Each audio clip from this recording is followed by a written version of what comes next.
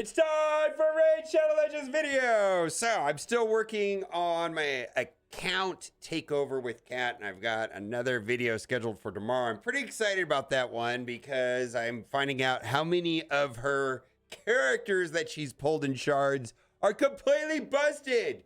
She has had the best luck. I have not, but I'm still having an amazing experience here in Raid Shadow Legends because the free champions that you get along the way, the free legendaries, are over the top good. Some of the best in the game. We're going to talk about that. Talk about the Vent Dungeon. So, Chaos Awakes, looks like that's one word, is a promo code. And you get the following. Now, there's a couple things I wanted to say. 500 energy, that's great. Experience.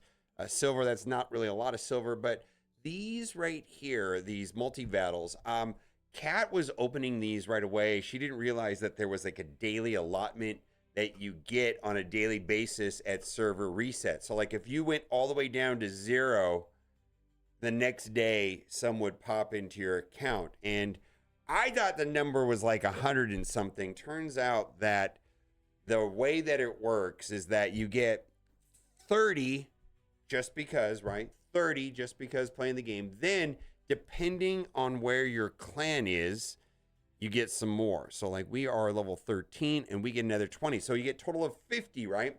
And I have been purchasing this $10 raid card right here, which I don't know if I'm going to continue doing or not. Experience from campaign battles, silver for campaign battles, and an extra 70 extra multi-battle attempts. A couple reasons there. I'm not doing campaign battles nearly as much. Mostly potions and things like that seem to be doing the job. So that is not as a big of a deal anymore. And multi-battles, I could use the RSL helper. Now, I don't find a RSL helper to be that convenient. It's a little bit clunky. It's very powerful, but it requires a lot of tweaking to get it to work right. It is a third-party app. Plarium has no problem with people using it. But it also doesn't work right away after a patch. Like there's a couple days down. They do have a Discord server. I've been on there and that's fine. But if I really needed to not use multi-battles, I could do the RSL helper. So this here is $10 a month, or you can do $50. Now, the other thing before we get into the event dungeon, because there's some things that have changed on that, is that this promo code, if you're on iOS, won't show up in game like the way it does on the PC client or on Android. So right there is the promo code. You can see that I've already used it only once a day. And then also, if you're new to the game, do not use this promo code. I'll tell you why, right? So if you use the link in the description, right, you're going to get all this bonus stuff. You're going to get Corrado Legendary and 3 epics. But then there is a special promo code that has to be used in the first 24 hours of starting playing Raid Shadow Legends, and that is Monkey King. It's going to show up here on the screen right now for the legendary Sun Wukong. You need to do that one, not this Chaos Awakes. Got to do Monkey King. Don't play around with any other promo codes because you can do this 24 hours from now, but the first 24 hours that you start playing the game, use Monkey King, because that's the only time you can use it. I think it's 48 hours, but that's not the point. And then you have to wait another 24 hours to use another code. Then you can use this one, but don't use this one first. That's a big deal. So the other thing that Kat teaches me all kinds of stuff is that there is this whole discussion on the official Raid Shadow Legends Discord server about the Corrosa event. And she said they made it easier, and I did not know that a large amount of the community was actually kind of frustrated with this dungeon. I was really frustrated. Like, I had a team that would get me through 25 and 26 and 27, but they weren't consistent. I had to play manually. I couldn't figure it out, and then I wasn't killing the minions sometimes. It was a lot of problems. Or I'd have to use 3 different characters to make sure the minions die. I couldn't do it with just Lydia and Seer. Well, they changed it. And they didn't really tell everybody what they did. And I just found this out by making a video with Kat this morning. She says, oh yeah, they changed it. It's a lot easier, but it still sucks for me. So two things I didn't know. One is that the community as a whole was really frustrated with this dungeon, and then secondly, they made it a little bit easier. And it looks to me, and from what I've been reading, is they nerfed the minions and the speed a little bit because I'm finding that I can, and I'll show you some battles. I can auto 26 and play 26 a lot now, where I was struggling to do that in 22. Like I had a team that could be 25, 26, 27, but I would run it and only win like 70% of the battles. And now I look like I was able to get a 26 team. But there were some suggestions here. Block passive help a lot. What? There's Chalco, Marius. Not a lot of characters. Marius is probably the best legendary in the entire game that you can get free to play by finishing the Marius missions, which is after Arbiter. And I just want to say the game gives you so many good legendaries. Arbiter, yes, amazing. You get Arbiter relatively early, good inside of the arena. I mean, amazing character, right? Then you play in Hydra, and eventually throughout Hydra, you're gonna get Mithrala. Then you finish Faction Wars, and then you'd use Lydia, which we're gonna use today. Lydia is amazing. And then eventually someday you get Marius. And then also like by going through Chimera, you get a mythical, and then you get Makage. So the game gives away some of the best characters in the game for free. Like you don't have to get lucky like Cat and pull a Duchess Lilitu.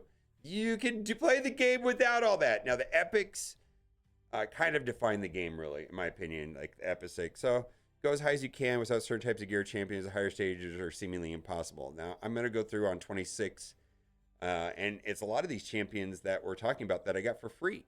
Don't you waste your time on 5-star rare accessories. Her second form is still way too hard. But Pinpoint. Yeah, okay, so Pinpoint. I can't stress this enough how important Pinpoint is. Pinpoint is just bonkers. So what the reason why Pinpoint is so important is that you're able to get bonuses from your accessories that you wouldn't normally be able to get. So like right here, I'm running 1 Pinpoint, and that gives me 20 extra accuracy. If I run 2, I get 10% speed. If I run 3, I'm getting 40 accuracy and 10% speed. So those are stats that I could never get if I was just using like the standard Undead Horde accessories. Like that is, and like if I put, instead of just using Undead Horde, as far as the accessories here at the bottom 3, and I use 3 pieces of Pinpoint, that's an extra 40 accuracy and 10% speed. That's great because otherwise you're just going to be able to get accuracy and speed from the banner. So Pinpoint is kind of like a core part of Raid Shadow Legends and making a strong team because speed and accuracy are so important. And this is also why doing well in Faction Wars gives you access to perception in abundance, or some, a lot, right? Again, core part of the game, and Pinpoint is, in a lot of ways, a better version than perception. So like a 2-piece Pinpoint will give you 20 accuracy and 10 per speed. And then if you do a 3-piece, you're at 40 accuracy, 10% speed. So it's very good. It's very good. And so that is a good thing. Now, use Vogoth. I did a lot of battles with Vogoth, but I found one without. And I do think that the team I'm using, if you've been playing the game some amount of time as me, it is reasonable. It does require Lydia. Quit the game. Every boss will be beaten. Wow. Yeah, right. There's just a lot of the videos I've watched, are, characters I don't have. Now, Lydia, the team I'm going to use today does have Lydia. But, it's a reasonable expectation that if you don't have Lydia now, you will be getting her. Completing the Faction Wars is not an easy task, but Lydia is so good. Sun Wukong's a promo code, right? And the rest of the characters are going to use my team. Let's just go into it. I just want to say that the Event Dungeon's great rewards, but it's been insanely frustrating. In fact, I spent another couple hours this morning playing it, trying to get it to work. Most people are using like Vogoth, Geomancer, AOX, and then Lydia and Seer. I could not get it to work. My AOX must be modded wrong. I don't have the right gear pieces to make it work. But without like really ripping apart my roster, I use Loki in live arena sometimes. So I have him like equipped pretty well. And then he also has that piece of that relic piece that when they drop below 50%, he gets 10% health. Now Loki goes into Perfect Veil when he drops below 50% as well. So there's a lot of synergy with that particular relic and Loki. Then we got Sun Wukong, who's going to keep reviving. Vogoth is just going to keep the team alive. More specifically, he's going to keep Loki alive. And Loki is going to be my win condition with Brimstone, which is a part of his blessing. Got Loki for free, Sun Wukong for free, Lydia for free. Those are the three legendaries. And then Seer and Vogoth are epics. And Vogoth is relatively easy to get. Seer is a void legendary. So I got lucky that I have her, right? But if you pick up Seer, she's definitely an account changing character. So I do have this set up to run on auto, but I will show you how it works just to get it started. I'm going to hit start and then I'm going to take it off of auto because I just want to show why it works. All right, let me switch to the other side of the screen. So the main thing is Loki's going to come into battle and he's going to randomly hit one. It doesn't really matter who he hits, right? He's going to hit somebody. And then this is the main thing. On auto, Lydia will open with her A2 special here in the middle. This is one of the better abilities in the entire game. She puts strength in, increased speed on the allies, and then puts decreased defense and weakens on the enemies. So defense down means they're going to take more damage. Weaken means they're going to take more damage. This is going to fuel Seer. Now, this wasn't working all the time before. I think they nerfed the HP on the minions because, okay, we're going to do this. And it would just hit the whole thing, right? All right, there we go. So it's everywhere. And then Loki's going to do his thing. Now, this is the thing. Now, I have to go and create the macro, in the game where you tell it to, only use on the turn one, use the A3, which is the delete button for all the minions. And then don't do that for the rest of the match. Like, I don't know, but if you don't run, the default AI setting is to do the special, which just buffs the team, where you really want to go get deleted, right? She deletes the team, right? And that's the idea. So from here, what's going to happen is Sun Wukong, well, I'm just going to put it on auto because I had to play with this for a while.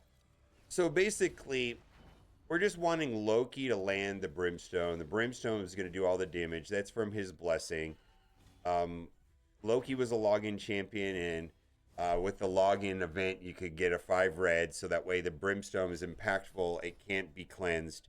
And then what happens is that Sun Wukong just does some damage. Yeah, we're still doing some damage, but he mostly is serving as a distraction. He's doing damage, but he's allowing for Vogoth and Loki to kind of heal themselves up and buying time for Loki to keep landing these Brimstones, right?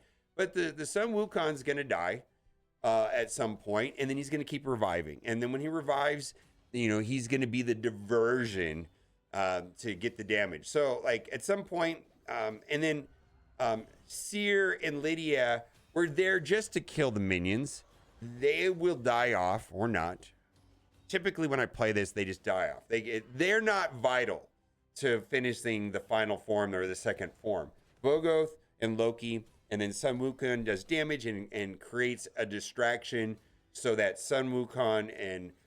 Loki and Vogoth can just hang out. We're really just trying to get Loki to take a lot of turns and place the Brimstone. So, I can normally run this in about a minute and a half.